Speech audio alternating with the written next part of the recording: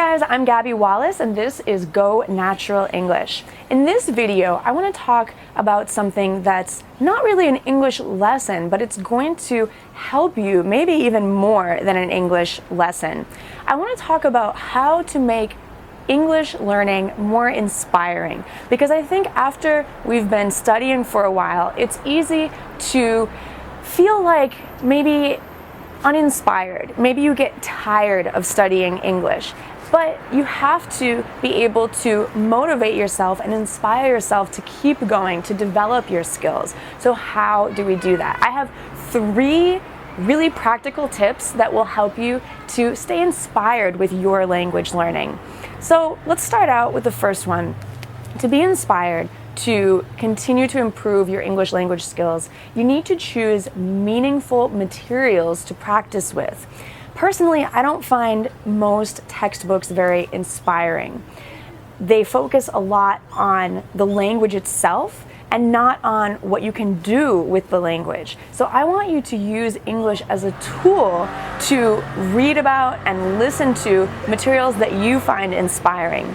So personally, I really like TED Talks, TED Talks. You can find a lot of very interesting, inspiring, and practical information on TED Talks online.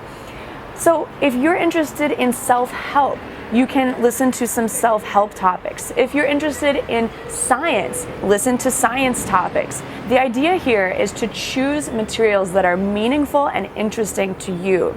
Now there's a second part to this. I want you to choose materials that are at a level that's comfortable for you. Sometimes choose easy materials, and sometimes choose materials that will challenge you a little bit.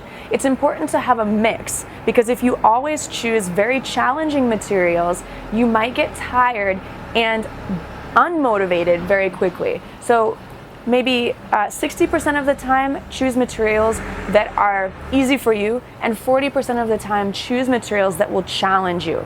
The easy materials will help you to keep your English skills up, to keep them steady, but the challenging materials will help you to improve your language skills. All right, so point 1, choose meaningful materials.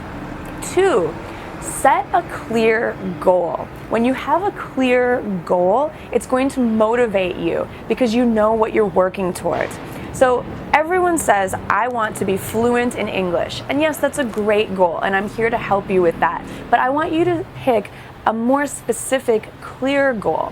For example, I want to read an article in English every day. Maybe an easy article if you're reading every day. Or I want to listen to the English news or listen to an English presentation like on a TED Talk every day, or once a week if you don't have that much time. I do recommend to spend a few days a week minimum with English in order to see improvement with your skills. But set a clear goal. In one of my videos, I talk about how to set a SMART goal, which is specific, measurable, attainable, and reasonable and timely. So you have to set parameters, you have to set a limit on your goal. Fluency is not a clear goal because even native speakers are continually improving their fluency in the language. We can always learn new vocabulary words and new ways to express ourselves through idioms and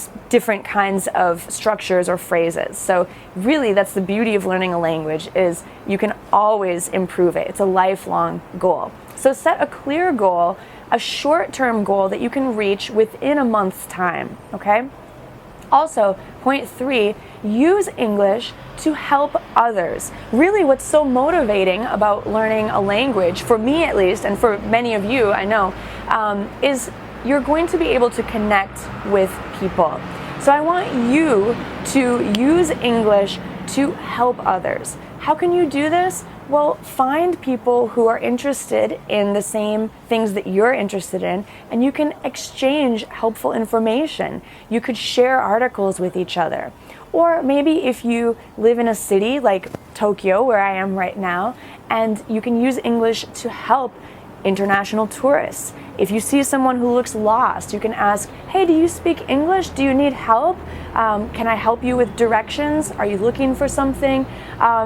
So use your English to help people, and only you know really how you can do that. But use English as a tool to connect with others and to make the world a better place. Really, it's a bigger goal than just learning English. We want to use English as a tool to help you live the life that you've dreamed of and to make the world a better place. So again, 3 tips to make learning English more inspiring is 1, choose materials to listen to and to read about that are meaningful to you. 2, set a clear goal that you can achieve in a month's time or less. And 3, use English to connect with and to help others.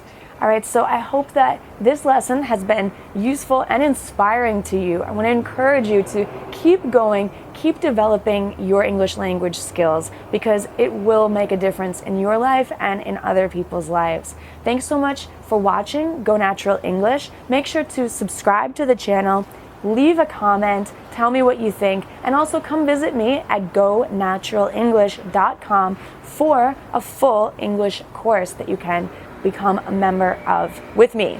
All right, guys, thanks so much for watching, and I hope to see you again in another lesson soon. Bye for now.